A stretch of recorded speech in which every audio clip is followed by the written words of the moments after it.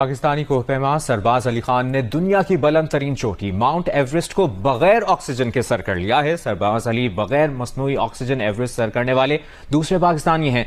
सरबाज से कबल साजिद सतपारा ये कारनामा अंजाम दे चुके हैं। सरबाज अली 8000 मीटर से बुलंद 14 में से 11 चोटियां बिना ऑक्सीजन सपोर्ट सर कर चुके हैं। पाकिस्तानी कोहपेमा सरबाज अली खान ने दुनिया की बुलंद तरीन चोटी माउंट एवरेस्ट को बगैर ऑक्सीजन के सर कर लिया है।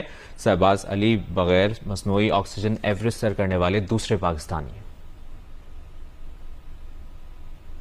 सरबाज से कबल साजिद सतपारा का ये कारनामा अंजाम दे चुके हैं। सरबाज अली 8000 मीटर से बुलंद 14 में से 11 चोटियां बिना ऑक्सीजन सपोर्ट सर कर चुके हैं।